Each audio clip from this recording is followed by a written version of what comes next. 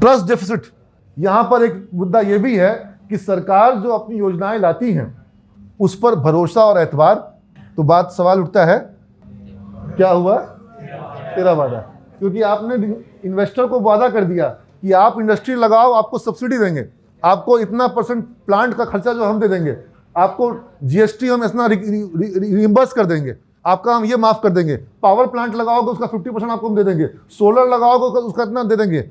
लेकिन वो लास्ट में दिया, चक्कर काटना पड़ रहा है उसके लिए, बार बार आप सचिवालय जा रहे हैं, उद्योग भवन जा रहे हैं, विकास भवन जा रहे हैं, तो ऐसे इंडस्ट्री वाला कितना काम कर पाएगा। तो ये चक्कर काटने वाला प्रॉब्लम है। और पॉलिसी जो है वो एक नहीं रह रही है, बार बार बिहार में पॉलिसी जो है वो बदल रही है। कभी कैपिटल सब्सिडी की बात होती है, कभी इंटरेस्ट सब्सिडी की बात होती है, कभी उसको विड्रॉ कर लिया जाता है। क्या बिहार सोलर में आगे निकल गया है? सोलर का सब्सिडी बंद कर दिया गया।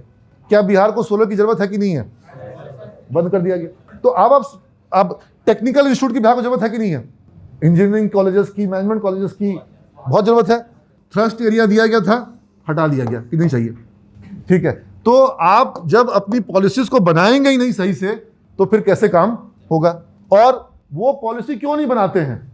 क्योंकि जनता जब वोट देने जाती है उसको इससे कोई मतलब है ही नहीं। क्या तुम लोग को ये सब पॉइंट्स जो मैं बोल रहा हूं कभी पहले विचार करते थे इसके ऊपर में? नहीं।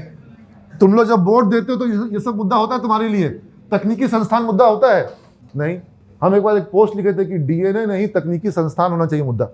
बिहार का चुनाव का मुद्दा जो होना चाहिए वो बिहार का विकास होना चाहिए। ये जाति वो जाति, ये धर्म वो धर्म, ये सब नहीं होना चाहिए। लेकिन डेमोक्रेसी में क्या कहते हैं? In democracy you get what you deserve. हम लोग को वही मिल रहा है जो हम लोग। कोई भी मुद्दा आज तक इंडस्ट्रियलाइजेशन के मुद्दे पे हुआ क्या? कोई भी चुनाव, किसी चुनाव में हुआ कि बिहार का औद्योगिकरण? अगर औद्योगिकरण मुद्दा बन जाए तो क्या औद्योगिकरण होगा कि नहीं होगा? होगा। लेकिन डिमांड तो करो, इसकी मांग तो करो। सरकारी नौकरी की मांग करोगे तो औद्योगिकरण कभी भी नहीं होगा।